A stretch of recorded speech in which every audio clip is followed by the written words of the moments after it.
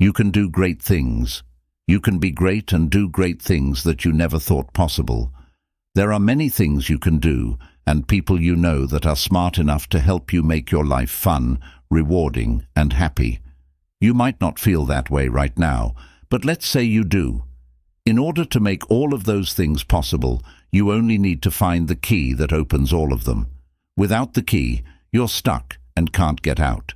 You can't speak up, act, make decisions, or take small risks. Want to reach your full potential? You need to have a lot of confidence, believe in yourself and your skills, and be ready to act.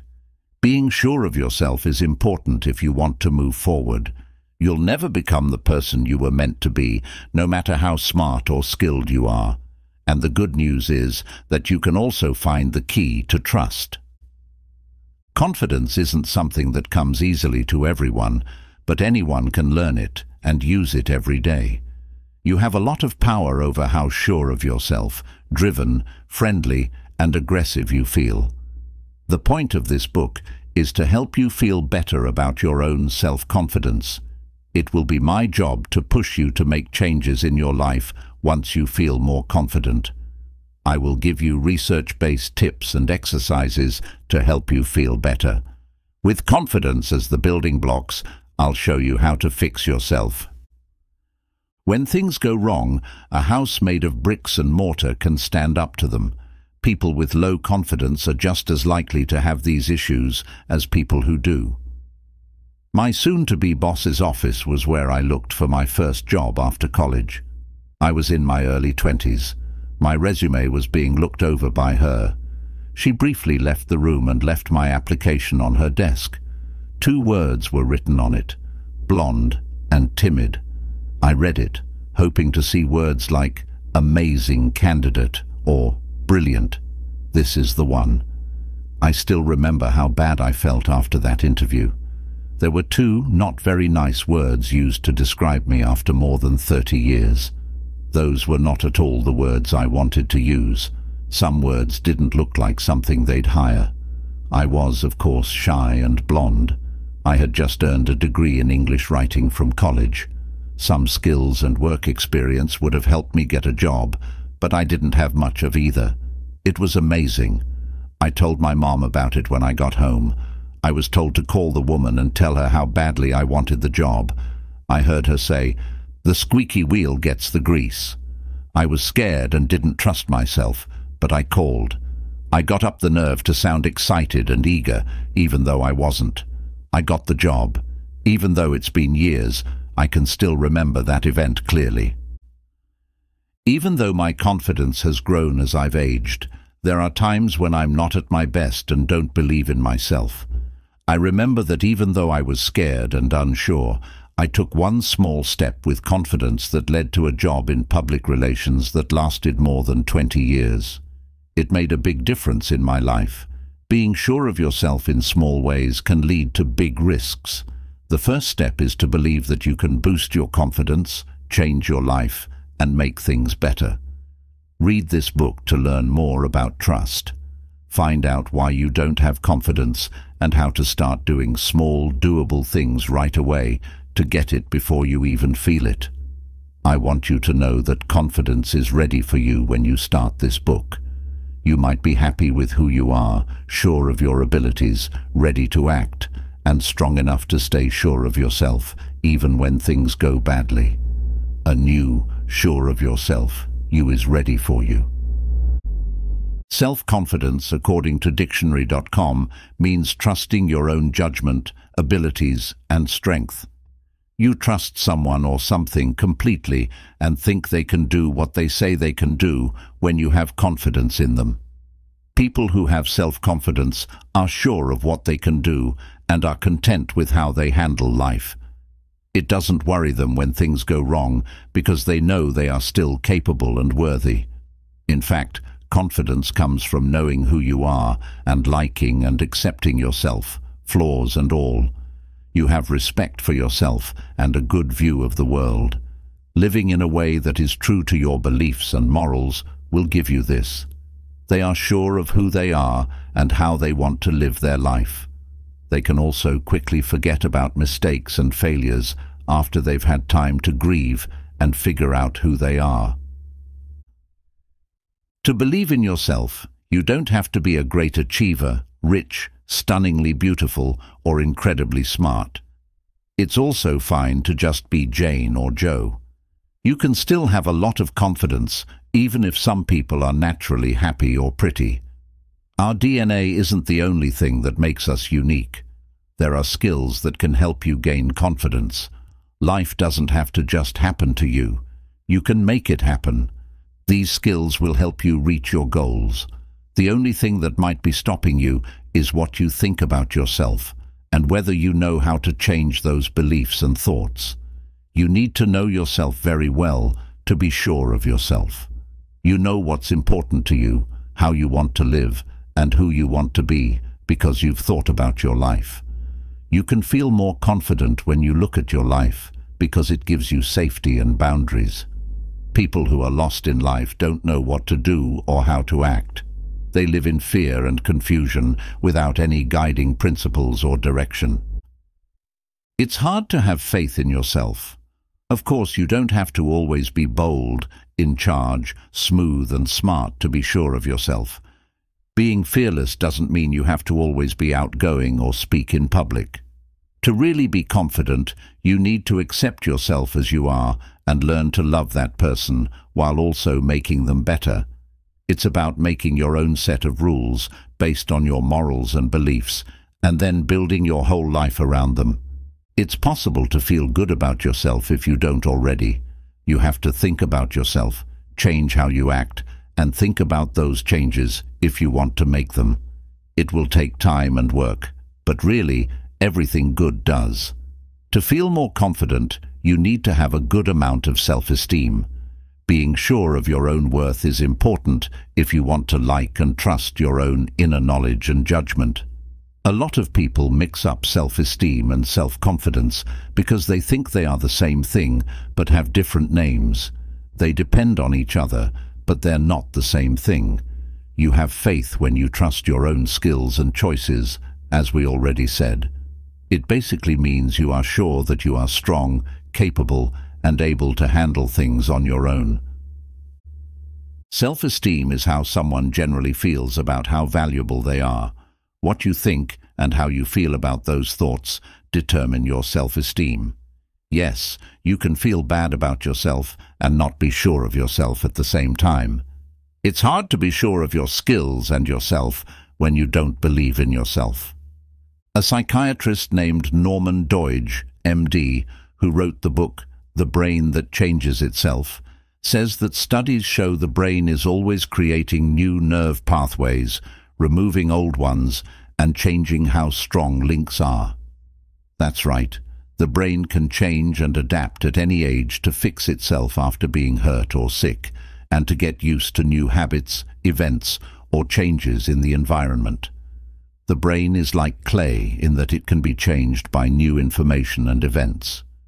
The most important thing to know is that our brains keep growing even after our bodies stop. They can change and adapt until the very end. We already have set ways of understanding things and responding to the world around us. But in the future, we can still find new and better ways. What does this have to do with being sure of yourself? It means that by acting confidently over and over again, you can change your brain to make new neural pathways that will help you feel confident. When you do something with confidence over and over, your brain learns to believe it. The way you act will change your brain, and your confidence will change too.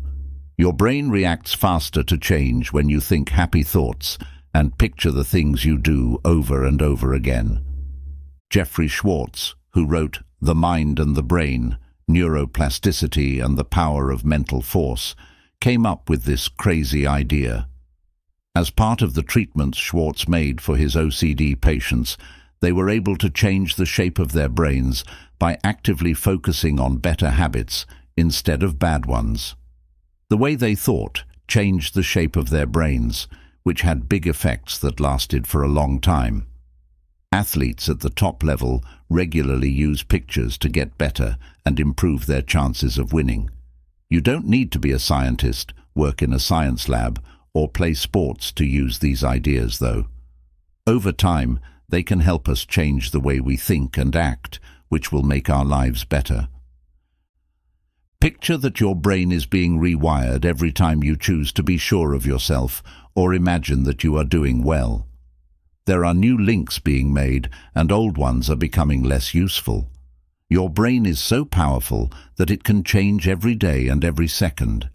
You can change who you are by choosing a skill and getting better at it through practice, positive thinking, and picturing it. Take steps to boost your confidence and believe in yourself. These normal things can help you feel better about your self-esteem. Find a place that will help you feel better about yourself. That could mean getting up in front of a group or liking your looks more. Write down 3 good statements to help you with this job. I share my ideas calmly and confidently in groups because I know what I have to say has value, is a sentence that might help you with your action. Being in a group makes it easy for me to share my thoughts. Say your words to yourself or out loud when you feel stuck or when you have bad thoughts about the area where you lack confidence. This will feel strange at first, but you are teaching your brain to get used to it. Additionally, picture yourself easily completing this job twice a day for a few minutes each time. Remember in your mind the things you want to do with your body. Keep telling yourself positive things and picturing yourself being strong in this area.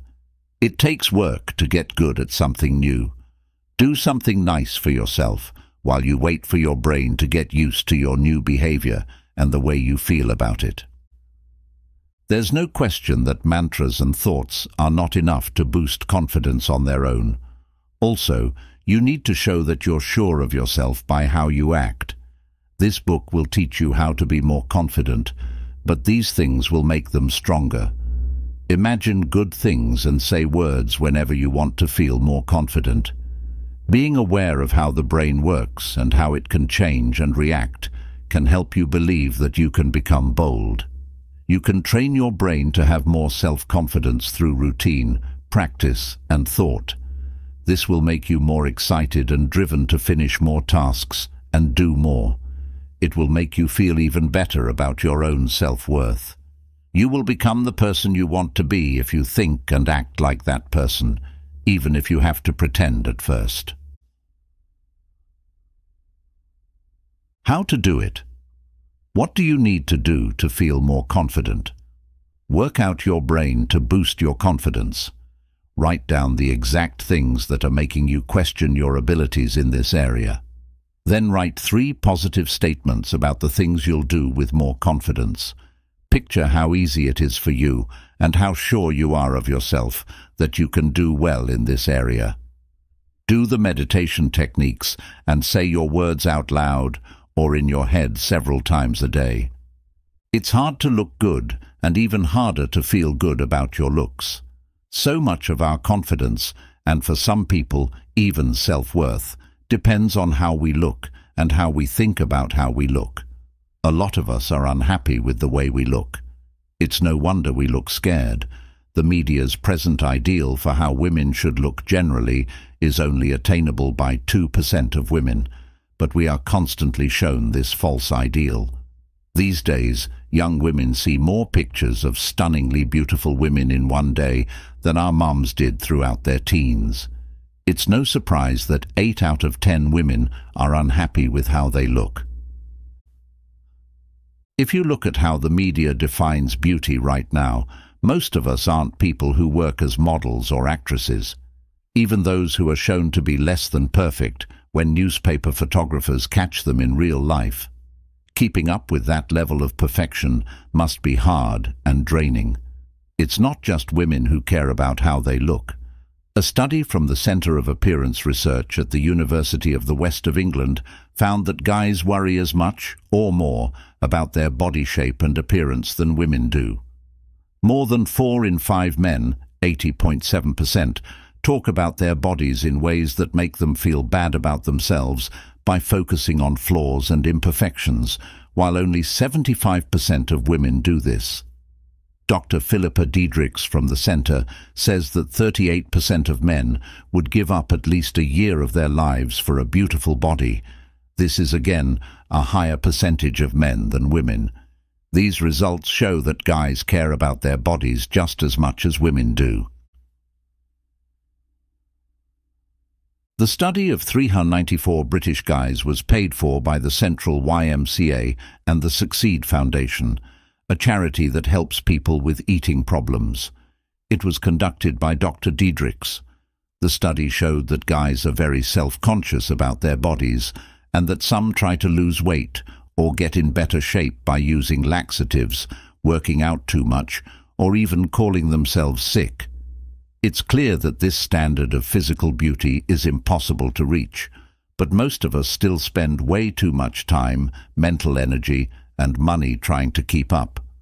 Whether you're young and have perfect skin and a tight butt, or older and starting to get grey hairs and lines, you probably think more about your flaws than about how attractive you really are. Good looks can help you get started, but they don't have much to do with keeping relationships going, doing well at work, or even building real confidence. We've all seen pretty people lose their charm as soon as they open their mouths, or less attractive people become more attractive because they give off a certain vibe. As we try to be beautiful enough, wouldn't it be great if we could wave a magic wand and get rid of all the worries and hate we have about ourselves? Take a break from everything and focus on what makes you happy and confident. We love and hate our faces and bodies from the time we become aware of how we look, which is usually when we are getting used to being pre-teens. We learn what society thinks makes someone beautiful and start to see where we fall short.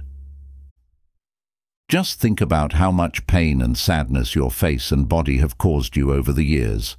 You'll look for flaws like a heat-seeking rocket and dwell on them until they're the only thing you can see. It makes no sense to hear beautiful stars or models talk about how they hated how they looked as teens. And even though they are obviously pretty, this self-image often stays with them as adults.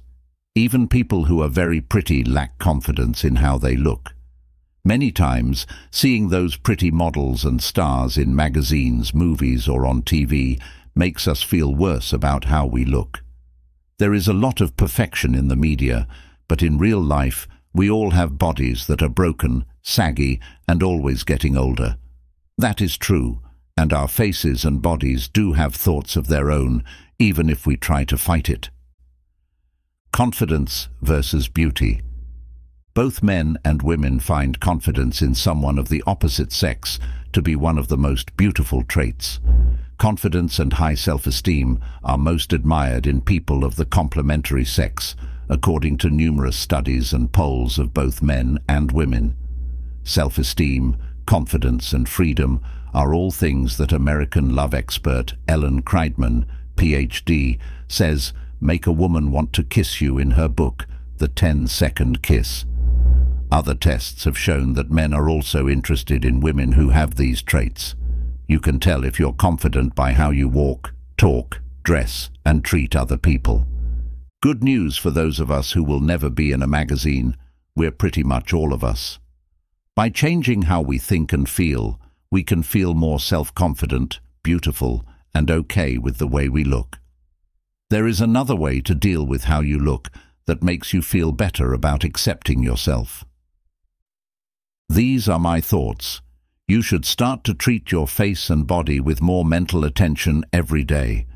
Thank your body for all the wonderful ways it helps you. Think of your body and how you look as a holy covering that holds your unique self, and treat it with loving kindness. When we stop fighting and hating our bodies and start seeing them as wonderful gifts, even with all their flaws, we can live in peace with them. To help you build your confidence, here are some ideas on how to change your relationship with your looks. Don't fight back. When we fight back and battle, our mental and emotional energy is used up and runs out. Even though we think we can think our problems away, this battle never makes things better. Take things as they are. Whether you're overweight, wrinkled, too short, too tall, or just an average-looking person at this very moment. This is who you are. Let your mind and heart rest in that for now. Change how you see things. When you look at your body and face, think of them as close friends that you love. You've had this friend since birth, and they will always be there for you. This friend has helped you with food, carried you for thousands of miles, and worked most of the time. This friend is good at keeping things going, getting better, and having children. There are no words to describe the joys and pains it has brought you. However, we haven't always been nice to our body friend. In many ways, we've hurt it and lied to it. Now it's time to treat your face and body with kindness and love. Pay attention. Even though our bodies have flaws, we shouldn't criticize or put them down. In fact, pay attention to how your body looks. Watch how your limbs move, support and carry you, and look into the beautiful, wise eyes you have. Look at your hands. They show the caring touch, the food you've made, and the work you've done over the years. The muscles in your heart and lungs are working to move blood around your body. Your gut system is also busy taking in air and food and getting rid of waste. Your body's parts and processes are all working together to keep you alive. If you change how you see things, there is so much more beautiful than ugly. Carefully think about all the good things your body has done for you.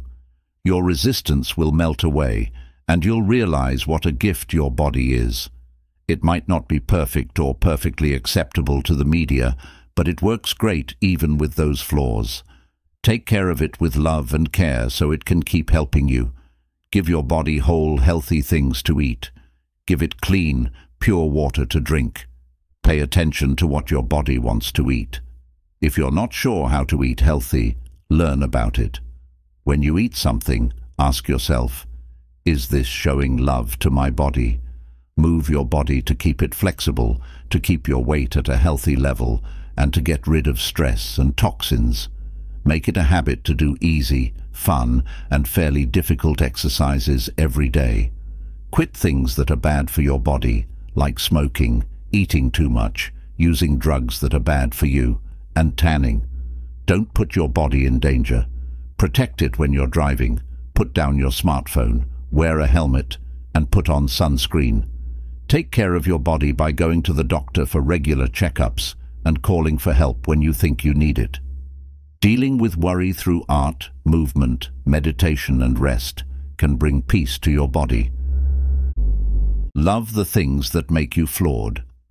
We hate our flaws on our bodies because they show what we're afraid of: getting old and dying, being rejected, failing, and looking bad. Start to consciously choose to love your flaws. It may sound strange, but love the fact that you are human and the years of life and experiences your flaws show. Love the peace that comes from being flawed. Love how you connect with broken people around the world. It's great that you can't change some of your flaws. Being flawed is an important part of being human. Love that. Accept the holiness. Think of your body as the holy clothing that covers your soul. It's hard to refuse and shame something when you see it in this way.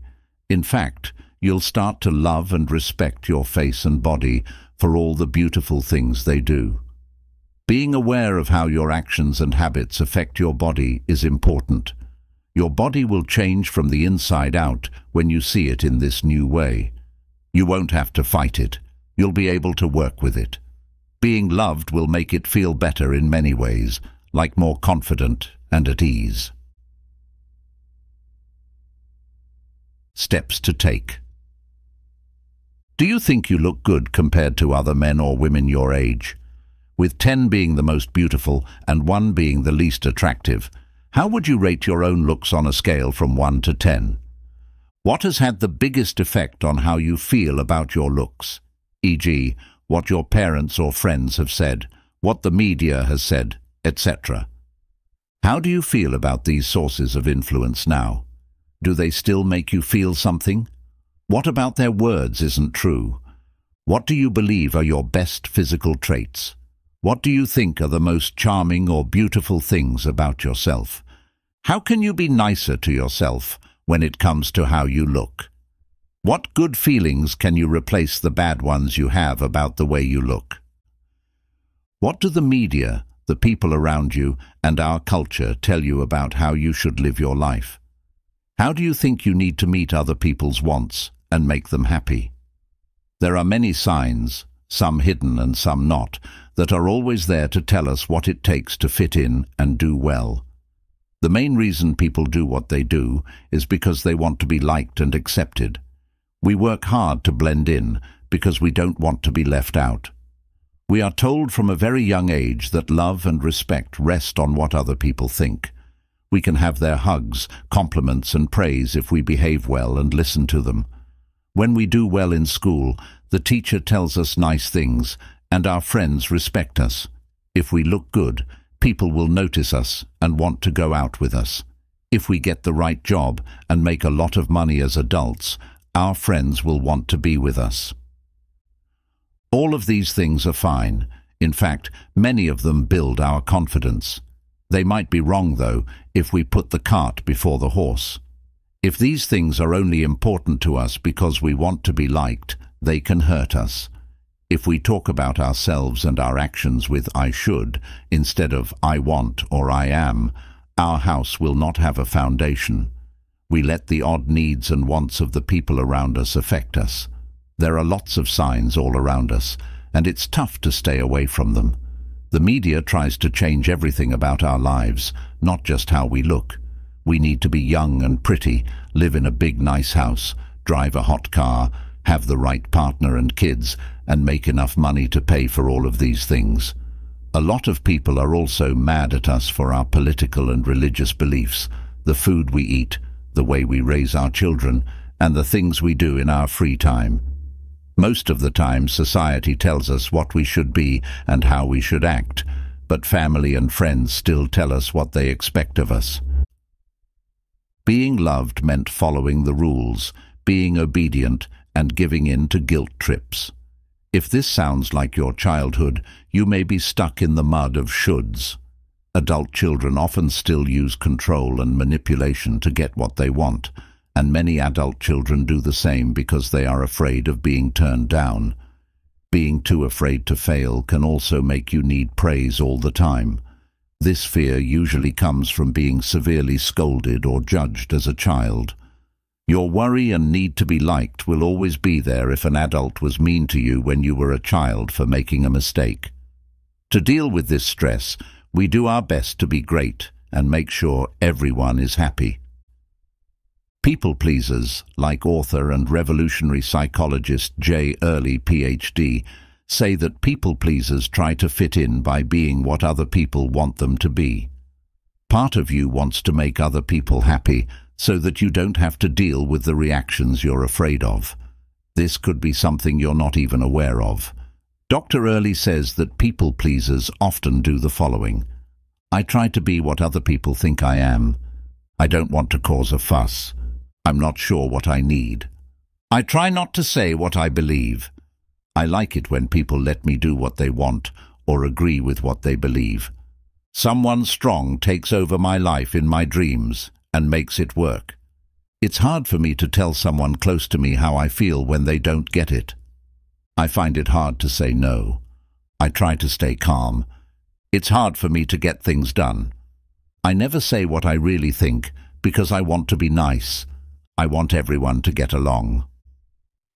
Steve Chandler, an author and coach, says in his book Time Warrior that he believes that, as an adult, I still believe that being non-threatening, accommodating, not making waves, not standing out, and being like everyone else is the most important thing for survival. It must be real, right? He thinks it's sad that many people will never grow up. Finally, let's talk about how to become a confident adult. We want to get out of the circle of shoulds, standards, and trying to be perfect. How can we change what we believe? Learn something new about yourself. This is the first thing that needs to be done to move forward. Is this really me? Is this who I am? Is this what I want to be doing? Is this how I want to live? If you've spent years trying to become someone else's idea of you, the real you may be hidden and unknown. If you want real, long-lasting self-confidence, you need to find that person and explain them. When you do that, you have to accept that it will hurt sometimes. Being your true self means going against what other people expect from you, which could make them angry or upset. This is very scary for someone who needs to please other people, doesn't have confidence, and is hooked on praise. You will learn how to deal with anger or disapproval as you set your own limits. As your confidence grows, the bad things people did to try to control or trick you in the past will hurt you less and less. You'll feel less pressure to be perfect and more free to change your mind, claim your freedom, and learn about your own feelings, thoughts, and wants, even if they are different from what other people want. Dr. Early says this should be done. Choose how much you want to say about what you think or want. Don't give up when someone tries to convince you of something they don't agree with. Never forget that people may not always agree with what you do or say. Still, do it anyway. Your need to please others may make you worry that you are rude or angry because you aren't used to setting your ground. As you learn to be independent, that person should know that you're just taking care of yourself, which is good for you and important. If you make decisions and act based on wanting to be loved and accepted, you'll remember how you felt as a kid when mom and dad had all the power and cards. You can do what makes you happy now that you're an adult, even if it bothers other people. If you want to please or help someone, do it from a place of love and power, not because they need something that you're not sure you can give them. The first step to real love and support is to accept and love yourself just the way you are. People who like you just the way you are will start to come to you. What to do? What parts of your life do you feel like you're not being yourself because you want to help other people, be open, or meet their needs? Why would you try to make everyone happy? How does it make you feel? What perks or comfort does it bring you? Think about the times in your life when you need to please other people the most. When these things happen, what kind of person would you be if you could? What different things would you do?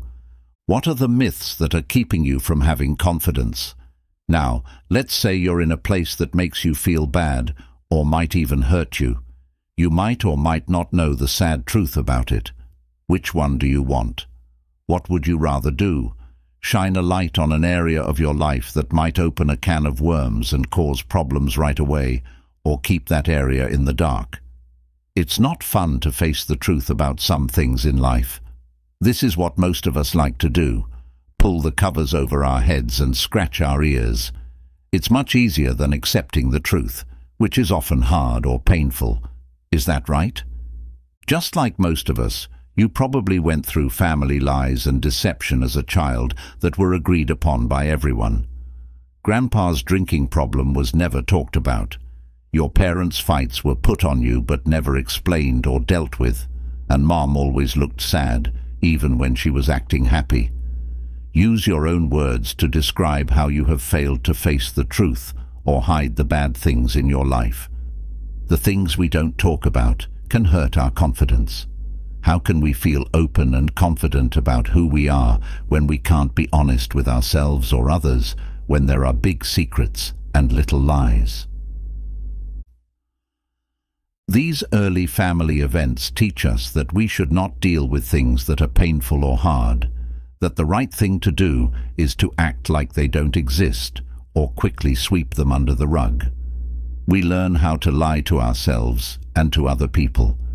It might not seem as dishonest to avoid or deny something than to lie directly about it. When someone lies, they do it on purpose and are fully aware of it. Avoidance or denial is more of an act of neglect and self-preservation. When we're being honest, though, we know most of the time we're lying to ourselves and sticking our heads in the sand. The bad thing about lying to yourself is that it only works for a short time. You stay put because of self-deception, which is like a finger in a dam that keeps everything around you from falling apart.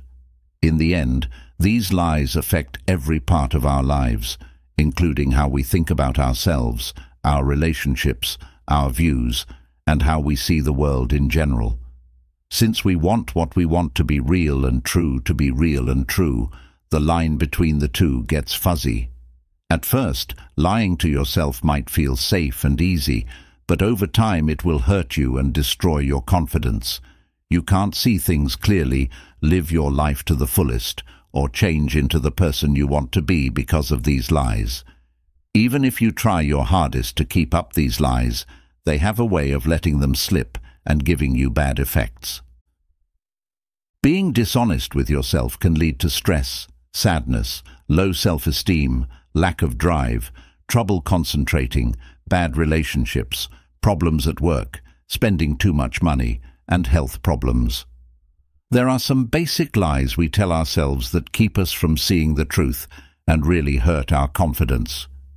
These are the lies that affect almost every part of our lives and set off a chain of smaller lies that serve the bigger boss. If you want to hurt your self-confidence, believe these 10 myths. I am not good enough. We've all told this story to ourselves and others at some point. It all comes down to feeling like we're not good enough to be loved. Sometimes we may have good reasons to feel this way, and for some, terrible events in their lives have made them feel even worse. When you start to believe it and use words and actions to support it, that's when things go wrong. It doesn't matter what you've done, what you've been through, or how you feel. You are good enough. People like you. There isn't a single way to measure good enough. Being yourself and accepting who you are is all you need to do to be loved. Luckily, the right people will be drawn to how real you are. Don't say or think bad things about yourself anymore. Change those to all the reasons why people love and value you. Say them out loud or write them down and keep defining who you are in your best picture of yourself. I can't do that. This lie has many parts, such as, I'm too old, it's too late, I'm not smart enough, and it won't work. When we are faced with a chance or a task, we often say, I can't do that. Maybe you can't, but you probably can, and you won't know until you try. What is the truth? Sometimes you have to think outside the box, work hard, and make sacrifices to do what you want to do. Starting with a negative thought is not a good idea. Instead, believe that you can do it until proven otherwise. Change how you think so that you expect good things instead of bad things. Do I really believe what I believe? Who says?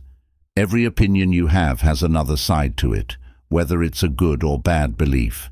Even if you think you can't do something, there's a lot of proof that you can find it. You might think your view is right, but so does that other guy. Listen to him and think about what he says. What is the truth?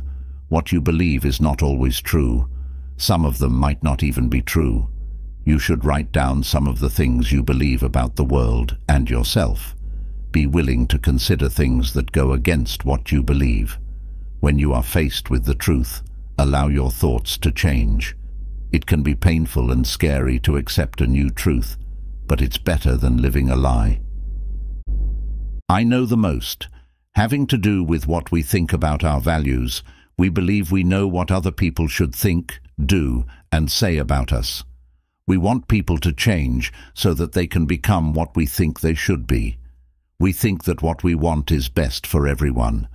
We often do this because what we don't like about other people is something we don't like about ourselves. The truth is that asking other people to change is a big lie that can make you feel bad about your own self-worth. People will try to work with you, but nothing will really change, and they'll start to dislike you. You'll always feel bad about yourself and your ability to keep things going, and you'll never have a real friendship. Know and accept that the people you care about are fine the way they are. They have flaws and are not like you, but that makes them real and interesting. Show them the truth about who they are and let them be that person without fear. It's okay with me. If you keep telling yourself this, maybe you'll believe it. Why bother to reach your full ability when it takes so much work and time? It takes too much work and is too hard. You can stay where you are if you want to, but what does that do for your confidence? It's true that average isn't good enough. Until you do something, your better self will keep bugging you and making your life very hard. You know you don't want to live a life that isn't full. Where in your life do you let things stay the same? What should you do instead, according to your better self? What are you ready to do today to get this going?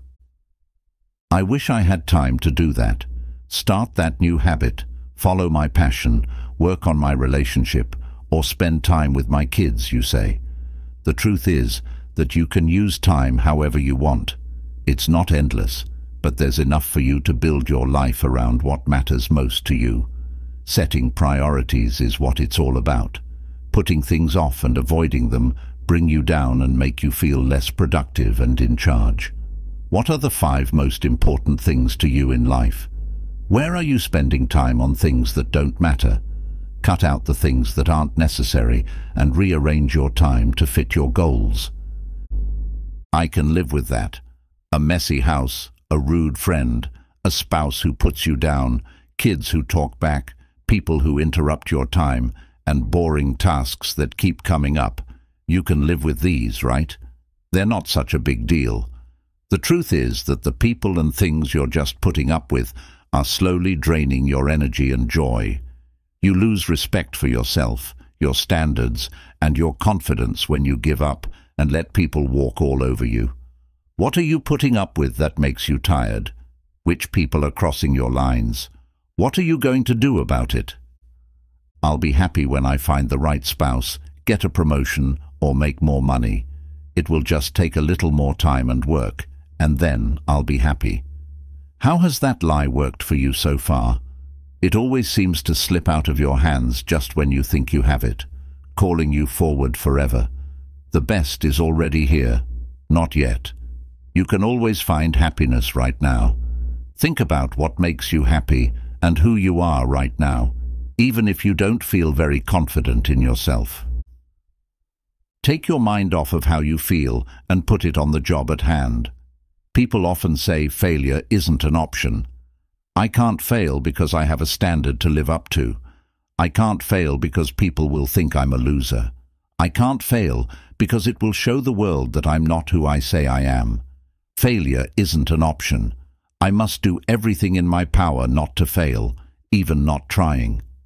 The truth is that if you want to grow, succeed, and achieve things, then failure must be an option. Failure shows that you tried and took action. Failure is an important teacher that can help you, not hurt you. Think about the mistakes you've made in the past that hurt you. What did you learn from them that has helped you grow and change? How can you start to accept loss and not see it as so dangerous? It's not my fault. Because I had a hard childhood, it's not my fault. I'm unhappy because I hate my job. It's not my fault people don't like me. They just don't understand who I am. The truth is that as adults, we are fully responsible for our actions, situations, and relationships. If we've been hurt or been through a tragedy in the past, we owe it to ourselves and our loved ones to get help. It is our duty to figure out why we are sad and do something about it. If we are unhappy, in what ways do you think it's not your fault? What can you do to fully own and take responsibility for this situation in your life? It can be painful to face the truth about these lies, but it's like taking off a band-aid. Soon the pain will go away, the wound will heal, and you'll be free to live a better, more realistic life. Recognizing the truth will make you feel lighter, freeing you from the chains of self-deception that were holding you back and letting you move forward with confidence. Steps to take. Go over the 10 myths that are holding you back in terms of confidence. Which one of these myths fits with what you think about yourself? How can you dispel these myths and gain confidence in these cases? Write down some specific things you're ready to do in the next few weeks to accept the truth.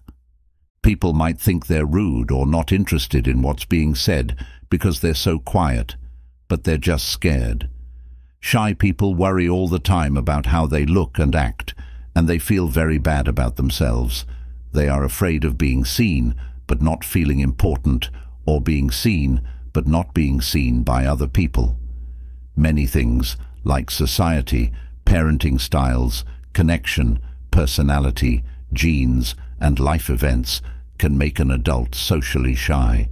But most problems that come up because of fear can be fixed, no matter what caused them. To begin, you should know how shy you are. Meet new people, go to social events, or talk to someone you might date. These are all things that might make you shy. How does being shy surface in your daily life? Is it inside you, making you feel bad about yourself and nervous? Or is it outside you, showing up in the way you stand, forget words, or pull away from people? Because you are shy, you might feel stressed and anxious.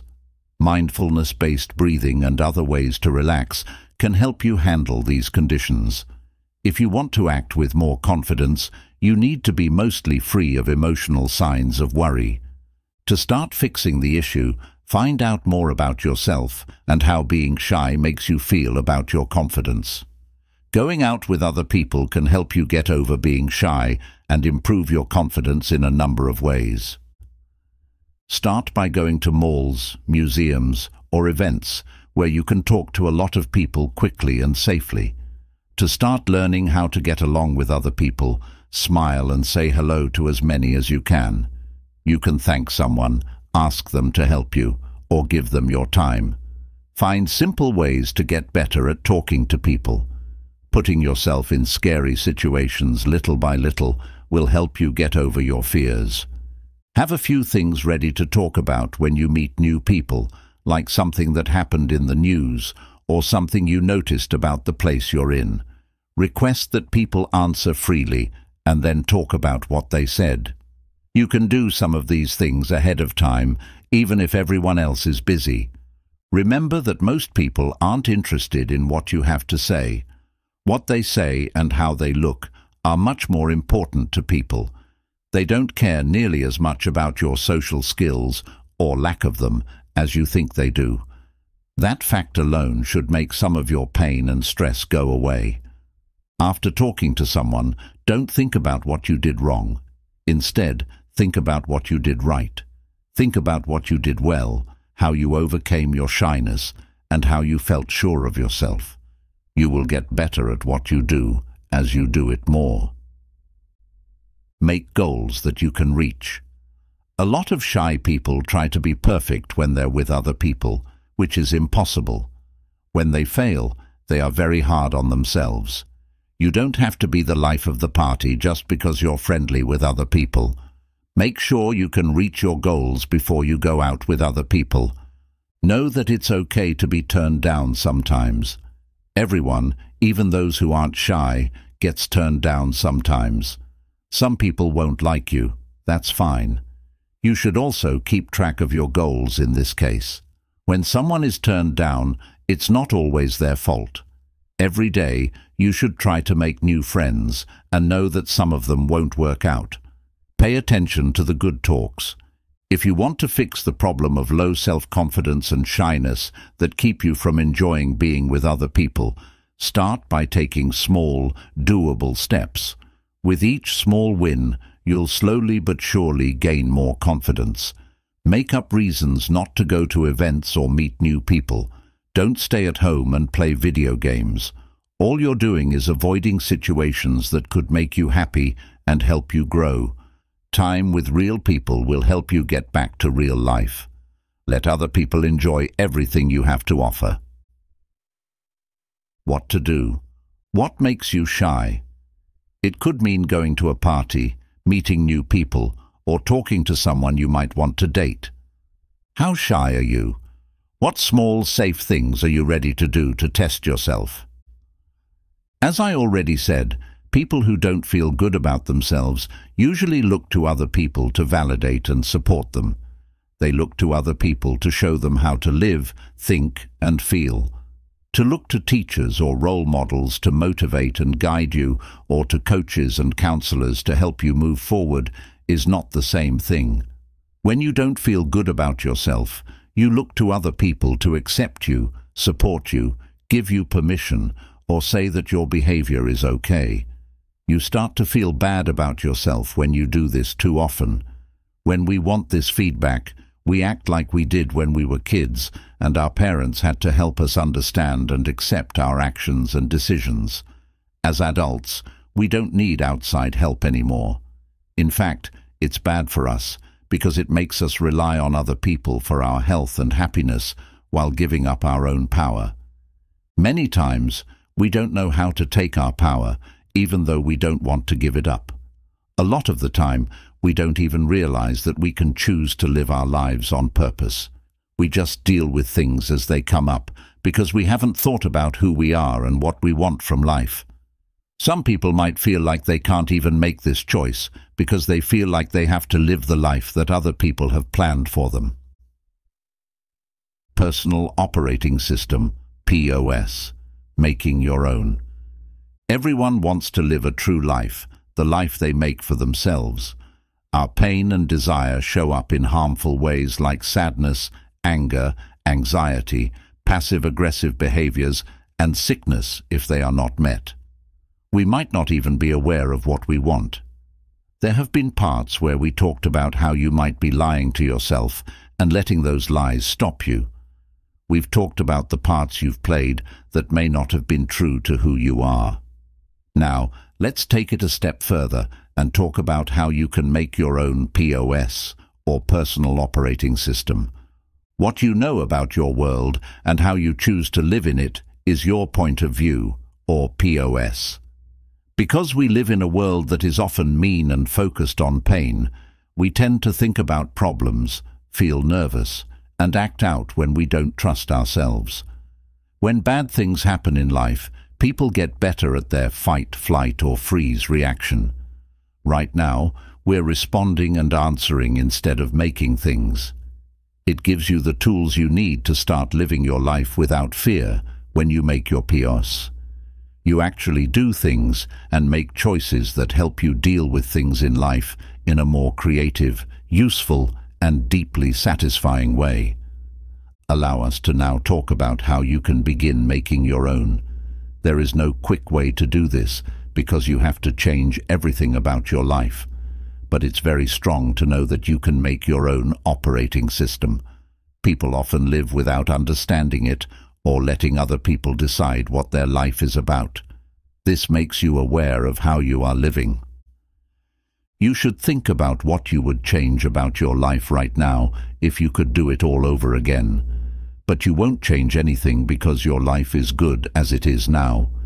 You can start over with many of your choices, views, actions, and relationships, though.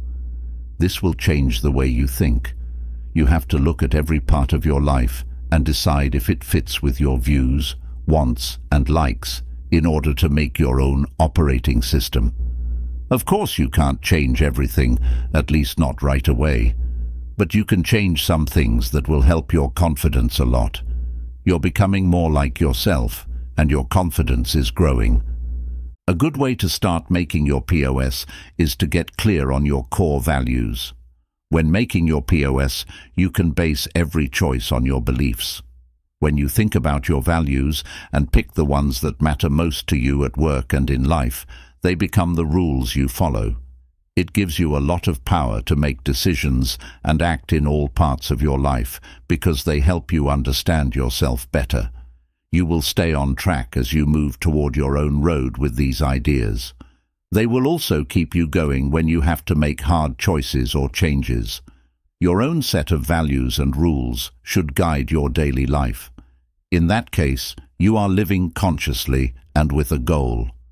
Having ideas and a well-thought-out POS gives you more confidence right away because you've made a strong foundation for everything you do and decide. What to do. Make a list of your 5 or 6 most important beliefs. Then, make a list of the following parts of your life, leaving space between them: work, health, relationships, money, parenting, learning new things, and anything else. It's important to be honest about how you're living your life and how it goes against your ideals. That's it. Write down the changes you want to make and the new OS in each of these spots. Check to see if your new OS will work with the way you live, what your body is telling you.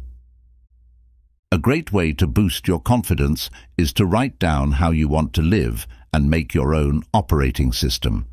But let's go back to our bodies and minds for a second.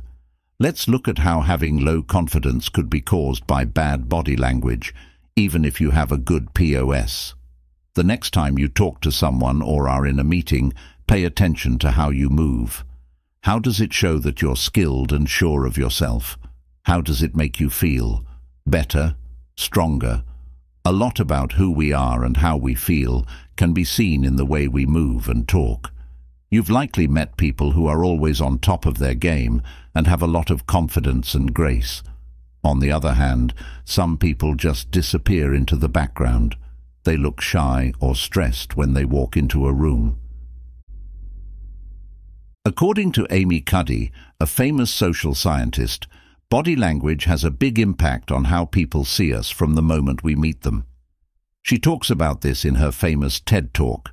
Her words: "Social scientists have spent a lot of time studying how our body language and the body language of others affects judgments. And those judgments can predict really important things in life, like who we hire or promote, who we ask out on a date, whether you succeed or fail, say yes or no, or see your dreams come true or never. The way you hold your arms, where your eyes go, or the way your head tilts can make all the difference before someone even says hello." Our body language tells people right away what we want to say. Todorov, a researcher and professor at Princeton, has shown that body language can be very important in politics. His study shows that people who make snap judgments based on how someone looks can correctly guess how an election will go in real life. Tests done by Todorov in the lab showed that you could tell who would win about 70% of the time in the US just by looking at 2 candidates' faces and judging how smart they were. There were races for Senate and state governor in 2006. It was over in 0.010 seconds. "We never told our test subjects they were looking at candidates for political office," he said. "We only asked them to go with their first thought about which unfamiliar face looked more qualified. The results show that voters may choose a candidate based on their face without giving it much thought." But how does the way we walk change us? People we meet are deeply and instantly affected by our body language. Just think about how the messages we send ourselves add up over time. When you close your eyes, slouch, cross your arms, and move your feet, your brain is hearing, "I am small, insignificant, shy, unworthy, and unimportant." What does confidence look like in the body? It's very big. This grows. It takes up space. In fact, it's bigger than life. To take up as much space as possible, you need to stretch out and get as big as you can. It's important that it can be broken down. You don't have to feel confident to have strong body language. In fact, showing confidence through your body language makes you feel more secure. What you tell your brain is very important. Again, when you slump, avoid eye contact, and pull in, your brain learns to deal with low confidence. But if you act sure of yourself, your feelings will finally catch up with you.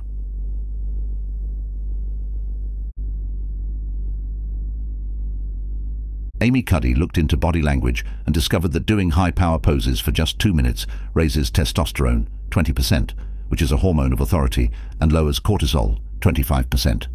The people who did low-power poses had 10% less testosterone and 15% more cortisol in their bodies. The high-power posers were also more likely to risk than the low-power posers. Being brave means taking risks. To use your body language to feel more confident, all you have to do right now is pay attention to how you do it. Pay attention when you walk into a room, talk to a new person, or meet with your boss. When you feel bad about yourself or unhappy, take a moment to notice your body. Where are your arms and legs? In what way do you hold your shoulder? What are you looking at? How often do you smile? You can start to make small changes as you learn more about what your body is telling you and for you.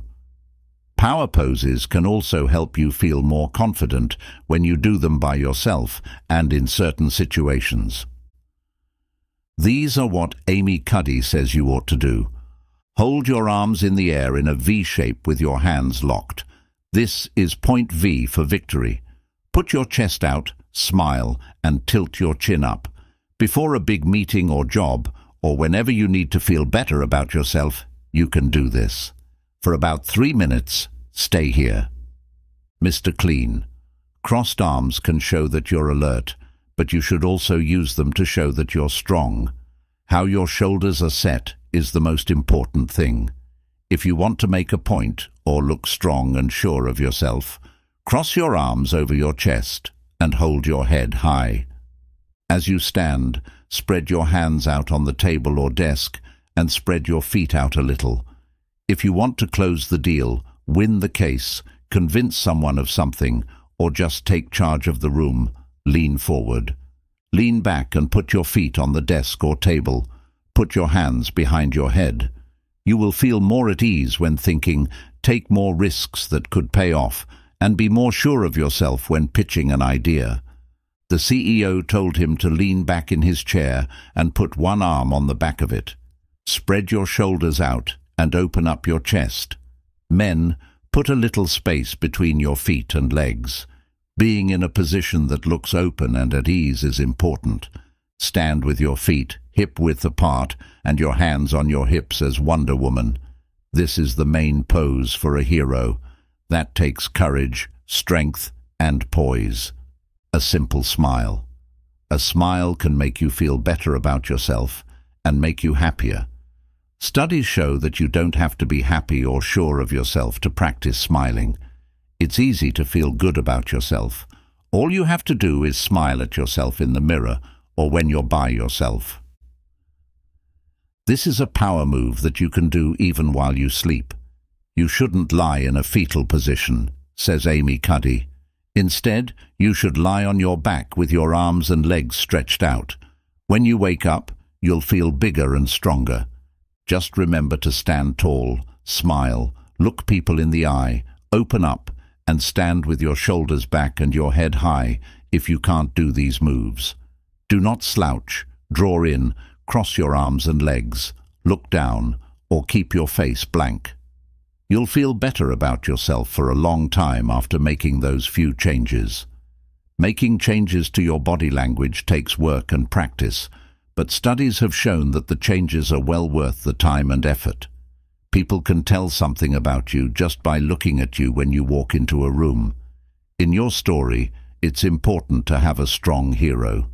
The story will come true in the end, even if it seems like a fairy tale at first.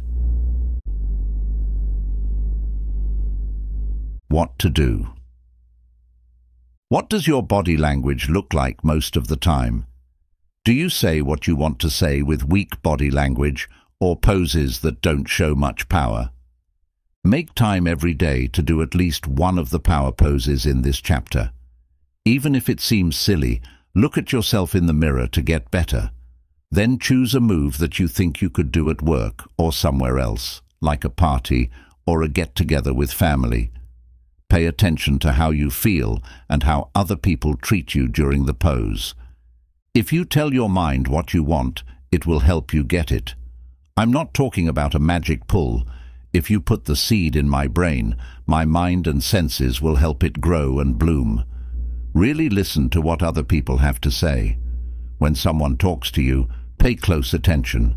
Pay attention to more than just the words. Take note of how things look, smell, move, and make you feel. You should read more than just the words to get to know someone. Flexible and useful, this skill can give you an edge and boost your confidence at work and with other people. Some of these signs are easy to read, but others are more subtle, and you have to try to figure out what the person is trying to say. Pay close attention. Spend a lot of time outside. You use parts of your brain that were important for survival a long time ago when you spend time in nature. You are getting back in touch with nature and learning more about how all living things are linked. You are adding to your natural tank so that when you return to the real world, you will have more. If you want to feel more confident in areas where you might not have enough of it, figuring out and improving your natural skills can help you learn more and feel better about yourself. You're willing to take a chance once in a while when you're sure of yourself and have used all the tools you have. What can you do to listen, pay more attention, and slow down in different parts of your life so you can trust what your gut is telling you? Are you trying to answer a question, decide what to do, or think of a smart way to do something? What can you ask your mind to help you get a better grasp on things? You should write down the questions and then ask yourself those questions. Sit still for 5 to 10 minutes while you wait for the answer. What did you find? How to raise your EQ for relationships you can trust. As I teach a client, one of the most important things they often learn is that their adult choices, attitudes, and actions have power over them. People can get stuck in protective behaviors, old hurts, and learned beliefs that they don't even realize they are stuck in. It can feel like they are stuck in a stage of childhood that's stopping them from growing as a person and getting along with others. A lot of psychology books talk about how important it is to accept your inner child.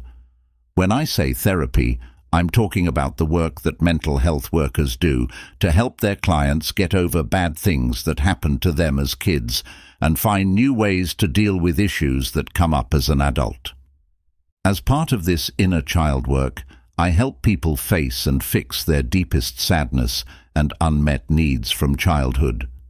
Most of the time, this sadness shows up as depression, anger, trouble getting close to people, and trouble talking to them. You need to face and fix these hurts if you want to be a fully adult and healthy person. It's a big step toward being whole and healthy to accept your adult side. Sometimes we don't turn into the adults we were supposed to be because we missed a mental development stage or didn't have the right people to help and look up to. It's hard for us to act and behave like adults or copy what they do. Going through relationship problems over and over again is often a sign that you're ready to become an adult. When someone has relationship issues, they might have issues with close friends, family, co-workers, and even spouses. Someone close to you may have been upset for a long time about what you did, how you responded, or the choices you made. You need to take a good look at yourself and start making changes in this case.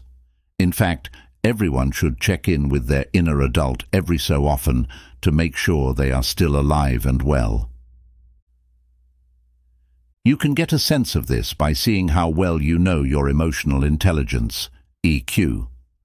Emotional intelligence, according to Wikipedia, is the ability to recognize your own and other people's feelings, tell them apart, name them correctly, and allow your feelings to affect how you think and act.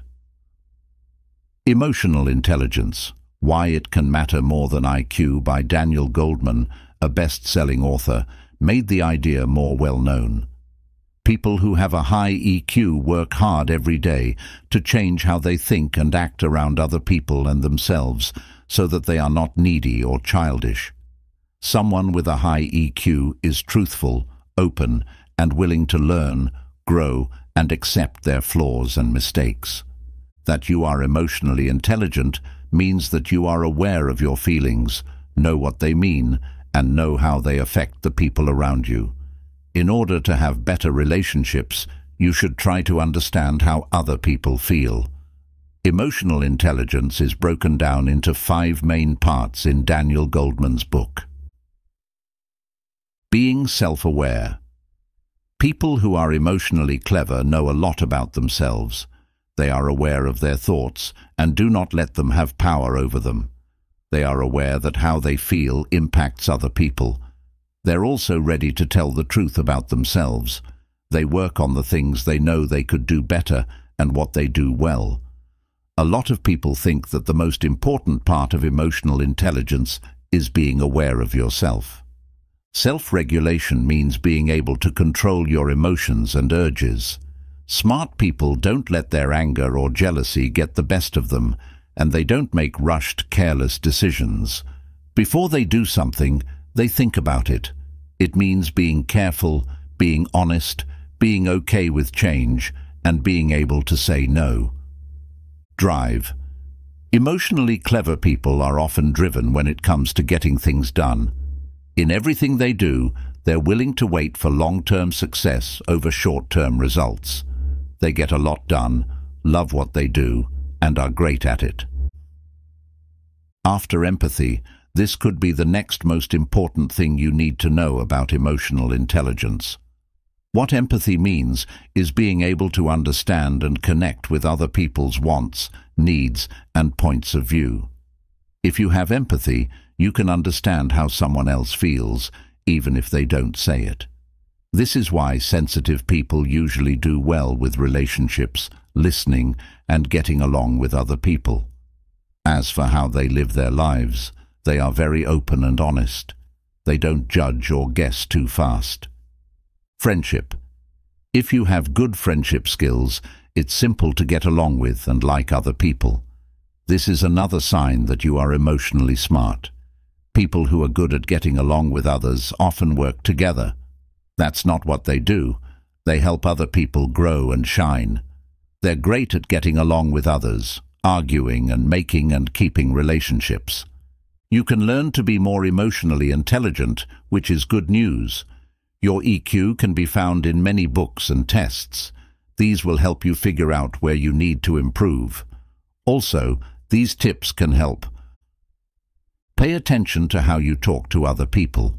Do you rate them before you know all the facts? Do you guess what people mean? Think about what you say and how you act around other people. Try to understand what they want and be more open to hearing and giving it to them. Take a look around your workplace. Do you want people to know what you've done? Being humble doesn't mean you're shy or don't trust yourself. In private, you can be proud of what you've done. Allow other people to shine when you are humble. Don't worry too much about getting compliments. Focus on them instead. Look at yourself and ask yourself what you do badly. Are you okay with the fact that you're not perfect and that this year you could make some changes? Be strong enough to see yourself as you really are, and then change based on what you see. Think about how you deal with things that stress you out. Do you get mad every time something takes too long or doesn't go as planned? Do you blame or get mad at other people when it's not their fault? It's helpful to be able to keep your cool and take charge when things go wrong, both at work and in everyday life. Don't let your feelings get the best of you when bad things happen. Do what you say you will do. Are you aware that you may have hurt or upset someone recently? Say sorry right away if you did. Stay away from them and don't forget what you did. Most people will be ready to forgive and forget if you really try to make things right. First, think about how what you're going to do will make other people feel. To make the best choice that won't hurt other people, try to understand how they feel. What are they going to think if you do this? Would you like that to happen? In what ways can you help other people deal with what you have to do? You'll feel better about your own self-worth as you learn more about emotional intelligence. People will want to be with you, and you'll feel better and more in control of how you feel and what you do. Keep an eye out for ways you act that don't show you have a high EQ at first. The skills might not come easily to you. The first step toward change is becoming aware of it. Follow the directions. Take a moment to read these 6 tips and write down your answers to the questions that are asked in each one. Make a list of specific things you can do to understand your feelings better. On the internet, you can find a free test of emotional intelligence. You can find a lot of free tests that will help you learn more about your emotional intelligence if you search Google for free emotional intelligence test. Not being sure of yourself can definitely keep you from making money. In fact, believing in your own skills and abilities could be more important than things like family wealth, schooling, and population.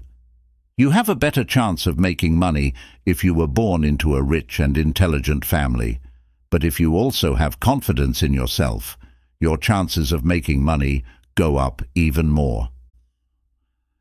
A study by Dr. Timothy Judge in the Journal of Applied Psychology says that kids who grow up with parents who are educated and have good jobs do benefit in many ways. These advantages are even better for kids who believe in their own skills. It's true that not having the silver spoon doesn't instantly make you lack confidence or stop you from being wealthy, but it can. If someone from a blue-collar family is sure of themselves, they make about $7,000 more a year than if they are not sure of themselves. This is because having faith is very important. In the same way, workers who are confident make around $28,000 more than those who are not. Many people think that kids from middle and upper-class families have it easy, so Dr. Judge says it's surprising to see how little of an effect social position has when there is no self-esteem. An optimistic outlook and faith in one's own skills help people set higher goals, which in turn helps them make more money. They are not as likely to let problems get to them or stop them from succeeding, even if they do happen. People who don't believe in themselves, on the other hand, do things that make them less likely to succeed. This means that they are less likely to ask for or get promotions, raises, or even jobs. Bosses, clients, and customers often guess what someone is thinking when they act like they don't have much confidence. People who don't believe in themselves are less likely to speak up in meetings or do things that are hard. Their bosses might think they are not smart, useful, or ready to work hard if they do this. It's important to believe in yourself no matter what you do for a job.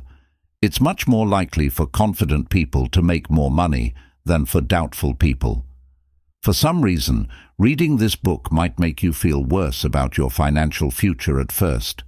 But remember that you are reading it to feel better about yourself. Every little boost in self-confidence helps you get past the things that are holding you back from making a lot of money. It makes you brave enough to trust your abilities, try new things, ask for the job or a raise, and speak up in meetings. Just one sure step could help you get that business loan, that account, or a raise. When added up, all of these things will have a big impact on your future money. Of course, believing in yourself is what pushes you to be good with money, make smart decisions, get more training or education, and set challenging but attainable financial goals. In real life, you can deal with low confidence that is holding you back from making money. You can do these things. Work out every morning before you go to work. Exercise makes you feel great about your confidence, and it's great before you ask for a raise, try to close a deal, or just when you don't feel like it. In your body, endorphins make you feel good and give you more energy when you work out. You'll feel good about yourself after finishing your workout, and you'll be able to carry that confidence with you all day. How you look. I've already said this, but I want to stress it again. If you work with other people, how you look and how you feel about your looks can really affect your confidence. Do what you need to do to look at yourself honestly and make yourself look better. Get new clothes, brush your teeth, and stay at a healthy weight. No matter how we feel about it, how we look affects how well we do our jobs. If you look the way you want people to see you, you'll easily feel confident. Keep in mind that having good body language makes people feel better about themselves. You can fake the power poses we talked about before, but they will still make you feel good about yourself. Body language that makes people feel shy can make them lack confidence. If you want to make more money, Do it every chance you get. You need to ask for the raise in order to get it. You won't get a better deal if you don't talk things over. The worst thing that could happen is hearing no. They might say no, but that doesn't mean they don't like you or value you. You can try again in a different way if you say no. It also means you have a good reason not to do it this time. Describe what it means to you to be financially stable. You may have a salary in mind, or you may want to live in a certain way that costs a certain amount of money. Write down what that is and explain it. Then, make a list of everything you need to do to get that pay or amount of money. As you read this, think about all the things you can do right now to get ready for next year. You should put that money somewhere you'll see every day to get things done. You may find that there is a direct link between how much money you make and how confident you are as you work on it. You should be motivated to keep taking small, manageable steps to leave your comfort zone and push yourself to make more money after reading that. Steps to take. How do you think your customers, co-workers and bosses see your confidence? Could you explain how your lack of confidence has made it harder for you to make money? What steps are you ready to take right now to feel more confident at work? Read up on what you might need to know to do your job better. Change the things you can't change at work that are holding you back, and learn how to be open with your money. Practicing and being aware of the present. As a child, I learned to play the violin and the piano. When you play the piano or violin well, it sounds great. I still remember showing my friends my fiddle when I got it. It looked like a beautiful thing in a gallery. It was shiny, came in a green velvet-lined case, and smelled like rosin. I was proud of myself, even though I hadn't had my first lesson yet. My friends were amazed. I didn't understand that having one instrument didn't make me a good player or boost my confidence until I started taking lessons on both the piano and the violin. I knew I had to go to school, but I had no idea how much work it would be. It was hard to practice because it reminded me of how hard you had to work to get to Carnegie Hall one day. The author Malcolm Gladwell says that to become a world-class master at something, you have to work at it for 10,000 hours. There's no question that getting good at something takes a lot of work over time. To get good at something, you need to practice. Practice is also the key to building self-confidence. You need to write more to get better. If you want to be an artist, you have to work on your craft. If you want to be a lawyer, you have to study law. Do work for free if you want to help people. To feel good about a skill, you should practice it, work hard at it, and learn more about it. You have to be ready for the pain of not being good at something at first, and the discipline that comes with working at it. Besides that, you need to learn how to ease into exercise. In the history of modern dance, Martha Graham is the most important person. In a 1952 radio show called This I Believe, she talks beautifully about how practice can help. I think that doing things helps us learn. The idea behind learning something is the same, whether you want to learn how to dance or how to live in general. To feel a sense of success, a sense of who you are, and a pleasure of the spirit, you have to do a committed set of acts, whether they are physical or mental. It's like becoming a player of God in some way. Practice means to do something over and over again, even when there are problems. It requires active hope and desire. Practice is a way to get closer to the quality you want. Getting better at something will boost your confidence even before you reach a certain level of skill. You'll have strong proof that practice makes perfect. There will be proof that you can be successful. In fact, practice does require some work, but if you put all of your attention on it, it can be very rewarding. While I was taking lessons on the piano and violin, my sister Jessie was taking lessons on the piano and cello. We both took lessons for a few years, but we quit because we were always complaining about practice and making our mom crazy. Because of this, I never felt good about my music. But Jessie has started playing the piano again now that she is an adult. She gave up when she was 12 and picked it up again when she was 50. That's something she does every day and loves. This is what she wrote to me about practice. While I was in school, I don't remember having teachers I truly respected or ever feeling like I had waded into endless depths with immense joy. In my 20s, I discovered the Japanese martial art of Iaido. Over 20 years of practice, some years 5 times a week, I believe I have bowed to a partner or teacher almost 100,000 times. These are full bows, all the way to the floor, just to begin practice or to thank someone for trusting their body to me. I love the unwavering generosity of spirit that practice requires. I love the repetition that comes with the challenge to go deeper and deeper. There is a story about a man who approached a famous martial arts teacher asking to study with him. The teacher asked him why he wanted to learn martial arts. "To defend myself," the man responded. "Ah," the teacher said, "and which self do you want to defend?" I have loved coming to know the different selves which have developed over the years of training. Some years ago, I found that the injuries I had accumulated over time stopped me from training. It would be tough to describe the sadness I felt. After a time of what felt like aimlessness, I began endurance running. During that same time, I had adopted a child.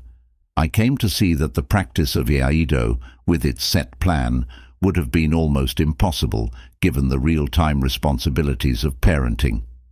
I was glad for the privacy of running and for the fact that I could run at 4 a.m. and be home before my son woke up.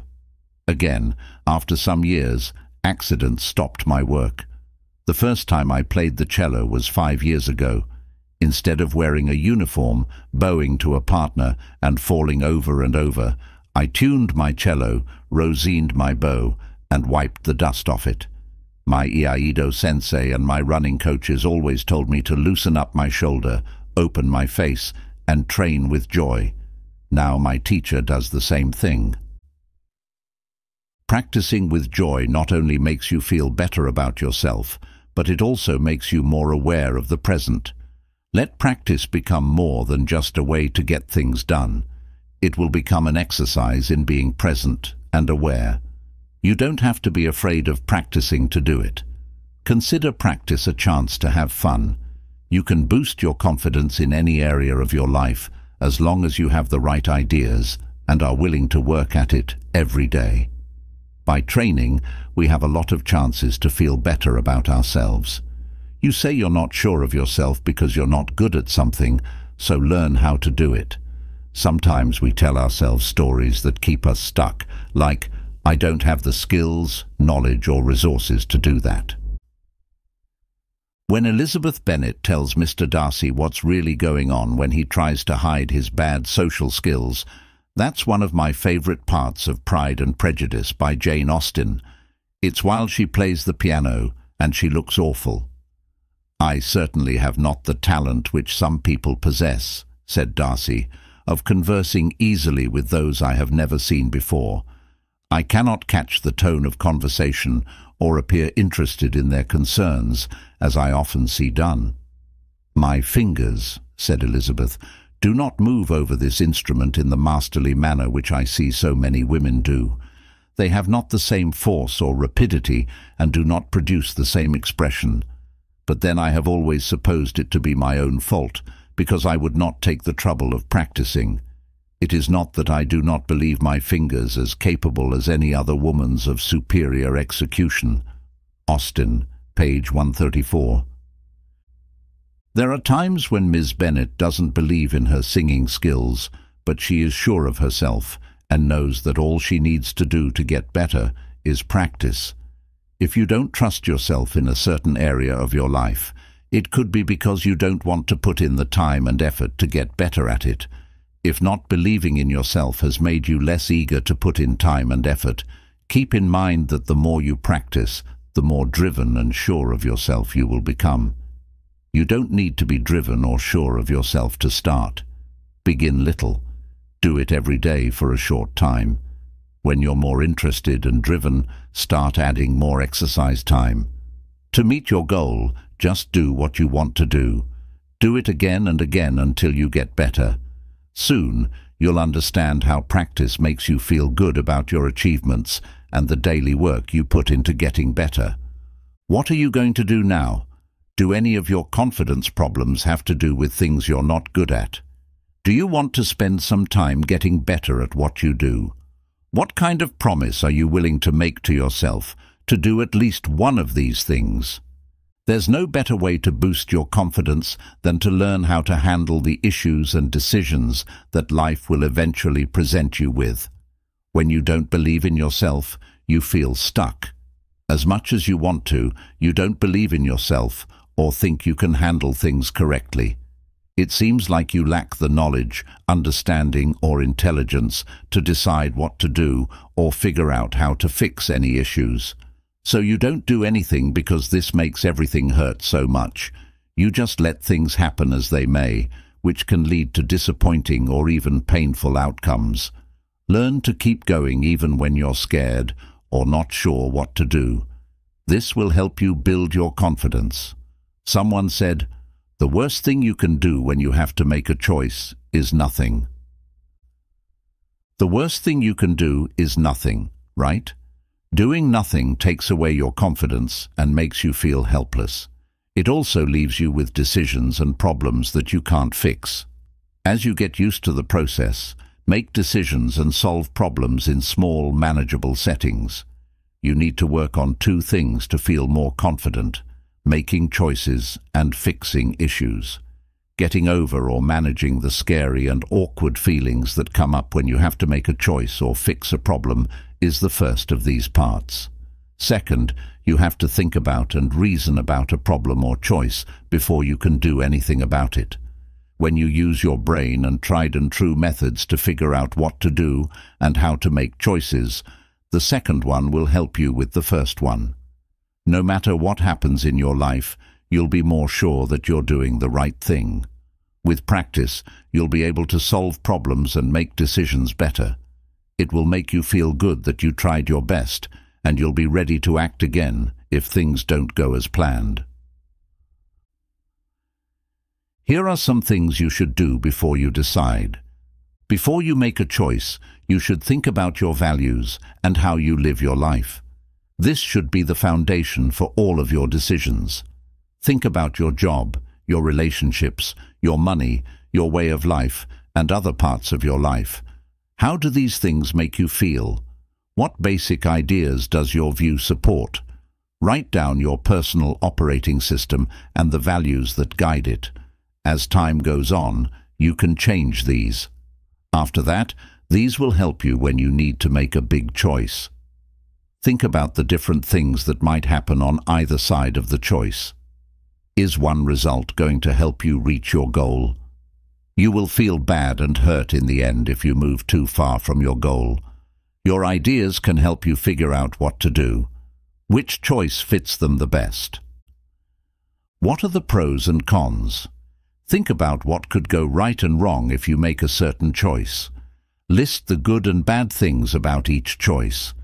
Then, put the most important ones at the top of the list to show how important they are. What are some things that the cons might mean? Are they worse than the pros? What are you ready to do to handle the bad things that might happen? What could you do to make things better? Use this pros and cons way for each choice, if you need to make a big choice from a bunch of smaller ones. Ask for help and feedback. Write down the names of 2 or 3 friends or experts whose help and feedback you value. You can show them your list of pros and cons and talk about your own operating system. After that, ask them what they think of your choice. If you want to see things more clearly, ask someone who isn't part of the decision-making process and has a different point of view about your reasons, feelings, and wants. You can also get help from a personal guide or expert to make up your mind. The thoughts of other people shouldn't be the only thing that you use to make decisions, but they should be a part of the process. Give yourself some time to think about what you've learned and what ideas have come to you. Picture yourself in all the outcomes that could happen and think about the good and bad things that could happen in each. When you look at all the possible outcomes, which choice seems like the best one? What does your mind say? Make sure everyone knows what your goal is. After making this choice, you need to do something. Tell everyone about your due date and make sure it's fair. Even if you're not sure, you should decide what to do. You might have second thoughts about a choice from time to time. Do what you need to do, trust your vision, weigh the pros and cons, and ask for help. Then, make your choice, jump, and don't look back. We have a million different paths we can take in life, and each one gives us a different set of chances and results. You won't need a promise, but you won't have one either. The unknown is part of the fun of life. Dealing with problems is a lot like making choices, but problems are usually more difficult. If you're having trouble at work or in your personal life, other people and many things that could go wrong are likely to be involved. For a while, put away your emotions, like fear, anger, sadness, or frustration, and think about the problem rationally. This is the first and most important thing you need to do to fix a problem. Give yourself a break so you can think straight. You can always go back to how you feel. If you're having trouble, just do these 5 simple things. This seems like a no-brainer, but when we're feeling bad, we want to make sure we know what we're up against. Name the problem as clearly as you can. Then, look at how things are now and how they differ from what you want these to be. You need to learn as much as you can about something in order to study it. Before you really understand what's going on, you might need to think about more than what is obvious at first glance. This will help you broaden your thinking and see all the possible outcomes. You should not decide too quickly. Find possible answers. Talk to other people. Think about how you've solved similar problems in the past, or even look into how other people have solved this problem to get a lot of different ideas. Think about the good and bad things about each choice. As explained in the decision-making process, think about each choice and pick the one that makes the most sense, gets the best result, and does the least harm. Just think about what will happen in the short and long run. Figure out what to do. As soon as you know what the issue is and what solutions are available, you should take action. Take care of issues right away so they don't keep you up at night and wear you out. When faced with problems and decisions, even the most sure of themselves, people feel fear, doubt, and discomfort. There is a lot of stress in our lives because of troubles and the unknown. You can feel better when you have a plan and a good way to do things. You feel more sure of yourself when you learn to follow through with a plan, no matter how you feel. Going through the steps more than once will make it easier, and you'll feel better about your skills. Steps to take. What options or problems are you facing at the moment? Sort them by how scary they are, from scariest to least scary. Going through the steps in this chapter will help you begin to deal with all of these options and problems. When you're done with the steps for each choice or issue, put a date on your plan and then mark it. This will help you keep going. Tell someone you trust what you're going to do and when you're going to do it. You need to always feel good about yourself. A lot of the things that have made you doubt yourself have been painful and hurt for a long time. When you don't believe in yourself, you feel bad feelings that make you want to hide and avoid things that make you feel worthless, unsure, or weak. It can be so much easier to just accept that you don't have much faith and stick to what you know and what is safe. We can shut ourselves off with things like shame, guilt, and fear. We're not kids anymore, though, so we can't hide behind the wall. To do well in the real world, we need to take care of our own happiness.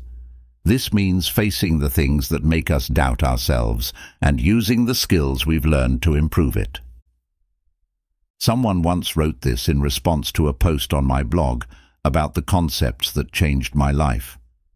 A big one that I would like to add is taking personal responsibility. For years, I thought I understood this, but really didn't. I didn't want to admit it, but I did a lot of blaming. At a very low point in my life, when I felt that nothing I did was working, I used to be a control freak too. I felt like I gave up. In hindsight, I realized that I didn't give up. I just decided to accept everything and everyone the way they were. I let my feelings be known and accepted whatever came next. Now, I take full responsibility for my actions and my circumstances. When things aren't the way I would like them to be, I look at how I got myself into the situation and how I can get myself out. I apologize more. I feel more open and compassionate towards others. Things are easier, and I'm a lot happier. This reader has clearly grown a lot mentally and in her confidence. She doesn't give up, blame other people, or accept what life gives her anymore. She has made herself strong. Being responsible for your deeds and taking charge of your life are two of the most important parts of being self-empowered. This makes me feel free and scared at the same time. When you're in charge of your own life, you don't have to worry about meeting other people's expectations. You make your own decisions and choices, and you live by your own set of beliefs and rules. Being yourself makes you feel good, but it's also scary because you can't put the blame on other people when things go wrong. No, you should try to hit your full heights. As a child, you can't cling to the safety of other people. The brave you needs to go, even if that person was stopping you. Those fears start to go away as you take more responsibility for what you do. You get in touch with your source of strength. There is more fun and ease in life when you make it happen on your own terms, instead of reacting to your fears or events in the outside world. Giving up your power through fear and blame is the same thing as not taking responsibility for your low self-esteem. No longer are you in charge of your life. You are letting fate take over. The more you do this, the worse you feel about yourself. It is hard to respect yourself when you don't reach your full potential because you don't believe in yourself. So, how can you be responsible for what you do and have faith in yourself? Look closely at your life and yourself to find places where you may be giving up power. What do you let other people say or do about you? That makes you feel bad, right? Who do you think is to blame? What do you want to stay away from? What do you use as an excuse for yourself and other people? Next, stop seeing yourself as a victim. No one who is self-empowered sees themselves as a victim. They see themselves as someone who makes things, moves things, and thrives. You might not even be aware that you think like a victim. You may have felt this way because you were a victim in the past.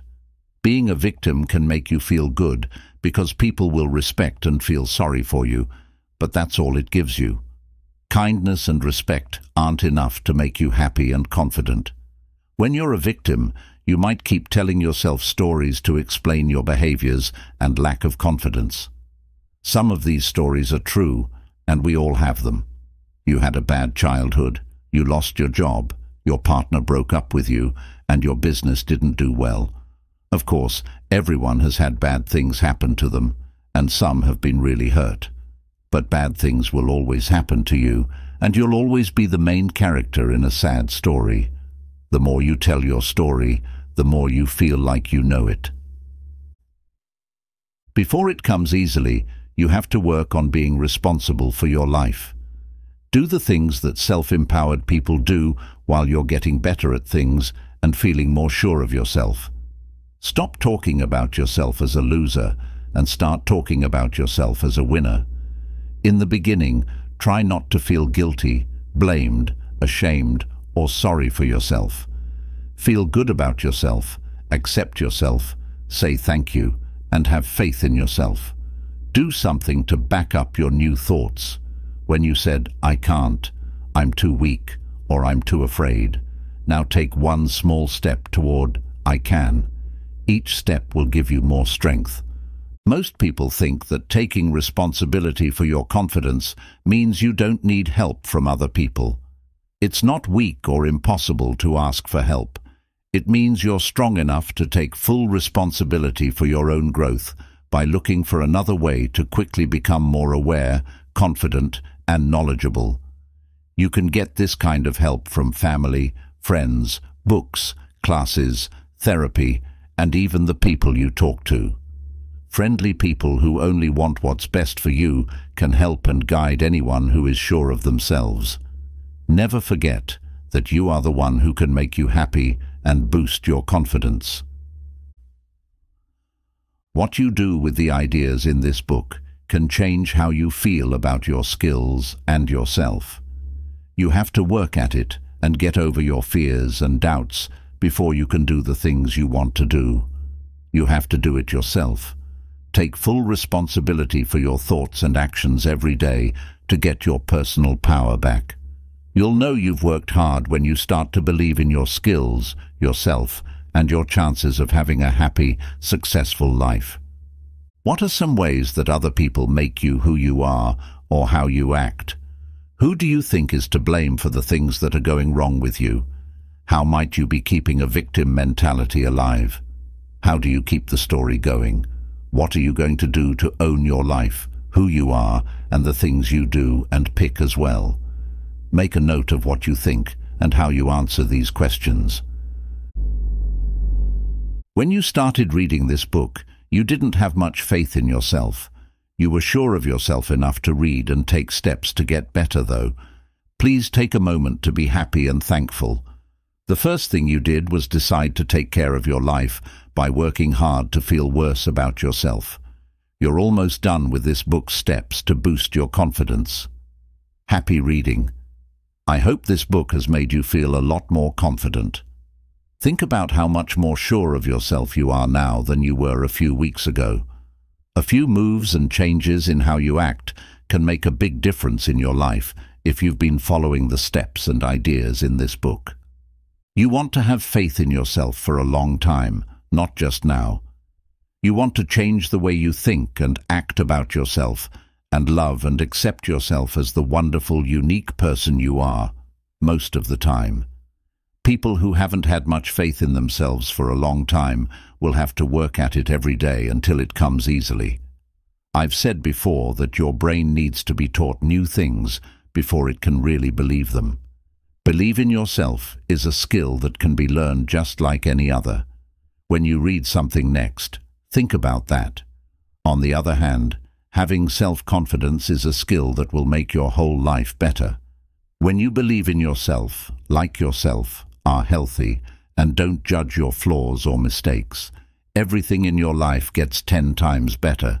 You no longer need to worry about what other people think of you or how bad you feel about yourself. Wouldn't you want that all your life? So, how do you always feel good about yourself? What you can do next will be talked about in the last part. I want to make sure you know what you need to do after reading this book before we get to those. You need to tell yourself every day that you will work on your confidence. Like tying your shoes or brushing your teeth, you should do it every day. Simply put, you won't do the work if you don't promise to do it. People who don't put in the work will go back to the amount of trust they had when they started this book. You can now use a lot of tools, ideas, and steps. You can always use these tools, but you can't just close the book and leave it. Please find 10 to 15 minutes every day, preferably first thing in the morning, to do something that will make you feel better about yourself. You could do a mix of these things. Read the previous chapters and action steps again, say words out loud, or write down things you're thankful for. Feel better about yourself to start the day. It's important to work on your confidence every day until it feels normal to you. It might take a few more months. After that, keep working on it whenever you feel like your confidence is down. Getting more confident isn't easy. You have to work at it. Please promise to do it. Based on what you've read in this book, what do you need to do to feel more confident? What are you going to do every day to feel better about yourself? Read the parts again if you need thoughts. Write down the things you'll do every day, when you'll do them, and how long you'll spend on each one. You can mark them on your calendar or have your computer or phone tell you of them. Write down your promise to yourself that you will do these things. Put the promise somewhere you'll see every day. Get your family and friends to sign it and show it to them. What to do next and the end. You have now hit the end of boosting your confidence. Reading this book shows that you really want to change into the person you want to be and were meant to be. I hope you know what a great thing you've done. Not many people really take charge of their lives and make changes that count. Not having much faith is not your fate or your sentence for life. Being sure of yourself is not only okay, it's necessary if you want to gain the most from your stay on earth. Now you know what to do and have the tools you need to do it. You know more about yourself, what was holding you back, and how to move forward.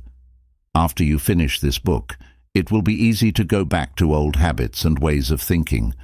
It will try to sneak back in how you used to handle tough times or scary events. They were answers you worked on for years, but it only took you a short time to try to change them. You need to keep your word and use the new skills and ways of thinking you have started to learn. Make more small goals until you're ready to move on to bigger, harder ones. This will help you feel more confident. Being sure of yourself will become your normal state over time. You will see that life has both good and bad times, but your faith stays strong. Here are some things to remember and things to do next. Don't forget that the things you think about yourself aren't always true. In order to boost your confidence, show proof that goes against what you think is wrong and think of new, more positive things. Know that you're not the only one who has had or still has trust issues. You can be sure of yourself if you've done enough things even though you were scared. Know what skills you have, use them, and be grateful for them. Even though you should work on your flaws, do not scold them. Instead, treat them like little kids who need your love and support. Some people only think about their weak points, while everyone has both strong and weak points. Please understand that things that happened or hurt you in the past have affected your life now, but don't dwell on them. Remember what's important and don't lose sight of what's going on around you or what you want to achieve. If sadness or worry keep you from doing anything, your first goal should be to get better. See a doctor and/or a counselor right away. If you are always sad, you will never feel good about yourself. Read again to learn how to stop trying to please other people if you are hooked on praise. Then, keep working to let go of the need to please them. If you like yourself, important people will be drawn to you. The morals and views that guide you should be kept somewhere you can see them often. You can't go wrong if you decide what to do, and then do it. Every day, use these. You will feel better about yourself if you work out, eat well, hang out with friends, spend time in nature, spend time with your faith, and be creative. Do one of these things when you're having a bad day. Take a break from thinking. Don't think badly all the time. Try the rubber band trick to change how you think. Then, do something unique that will help you move forward. As much as possible, practice. Nothing makes you feel more sure of your skills than mastering them and being good at them. Every day, use the ideas in this book until you feel like having faith in yourself is second nature. As you work to boost your confidence, write down your plans, steps, and wins. Think about what you've done and what you want to do. Don't forget that this book is always there to help you feel better about yourself. Last, think about how many days are left. Add them up if you live to be 90. Anyway, there are only a certain number of them, and eventually you will get to the end. How many of those days do you really want to waste on fear, worry, and doubting yourself? How long are you going to wait? The things that worry and bother you every day should be put in a box and put on a shelf. Then make sure that every day is the way you want it to be, without any question or fear. One day, you'll find this box empty. Because you were too busy living a sure life, your fears and questions are gone. Thanks for going on this trip with me to help me feel better. The world, your town, your family, and your friends all get something good from you. It was a pleasure to go through this with you and help you feel like the wonderful, sure of yourself person you are.